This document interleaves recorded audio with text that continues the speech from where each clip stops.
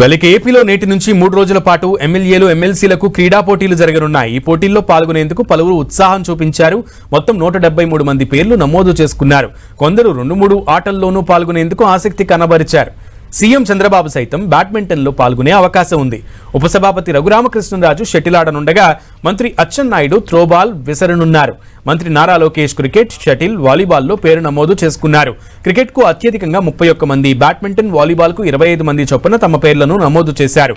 Cricket, carroms, kabaddi, shuttle, badminton, tennis, table tennis, tennikoit, throwball, volleyball, tug of war, పరుగు పందెం, shot put పోటీలు నిర్వహించనున్నారు. క్రీడా శాఖ మంత్రి Mandipalli Ramprasad Reddy shuttle, tenikoit, throwball, volleyball, tug of war క్రీడల్లో పాల్గొననున్నారు. వాలీబాల్కు 5 పేర్లు నమోదు చేసుకున్నారు. అటు పేర్లు నమోదు చేసుకున్నాక క్రీడా పోటీలకు దూరంగా ఉండాలని వైసీపీ నిర్ణయించింది.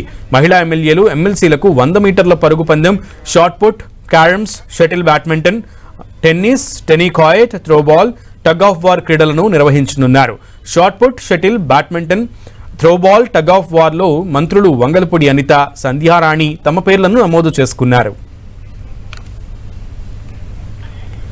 ఇక విజయవాడ మున్సిపల్ స్టేడియం నుంచి మరింత సమాచారం మా ప్రతినిధి దుర్గా అందిస్తారు.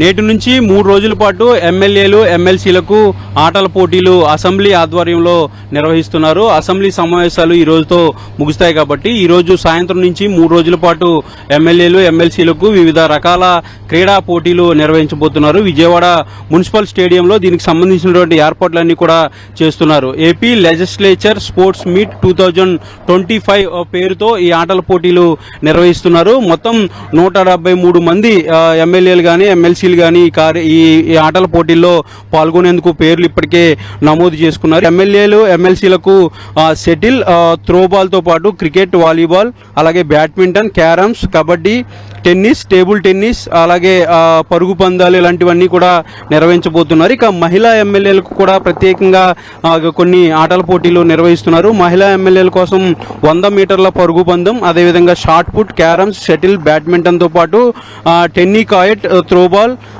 టగ్ ఆఫ్ వార్ ఇలాంటివన్నీ కూడా మహిళా ఎమ్మెల్యేలు అలాగే ఎమ్మెల్సీలకు ఆటల పోటీలు నిర్వహిస్తున్నారు. మహిళలకు వేరేగా అలాగే పురుష ఎమ్మెల్యేలకు వేరేగా ఈ ఆటల పోటీలు నిర్వహించబోతున్నారు. ఈరోజు సాయంత్రం నుంచి ఆటల పోటీలు ఉంటాయి. ఎందుకంటే ఎండాకాలం కాబట్టి నైట్ టైంలో ఆటల పోటీలు జరుగుతాయి కాబట్టి దానికి కావాల్సినటువంటి లైటింగ్ సిస్టమ్ అంతా కూడా ఇక్కడ ఏర్పాటు చేశారు. చుట్టూ కొంతమంది కూర్చునేందుకు అలాగే ఎమ్మెల్యేల అనుచరులు కానీ కొంతమంది ఎవరైతే కార్యకర్తలు ఉంటారో కార్యకర్తలు కానీ లేదంటే వీళ్ళు కుటుంబ సభ్యులు వీళ్ళంతా కూడా కూర్చుని చూసేందుకు వీలుగా కూడా ఏర్పాట్లన్నీ కూడా చేశారు.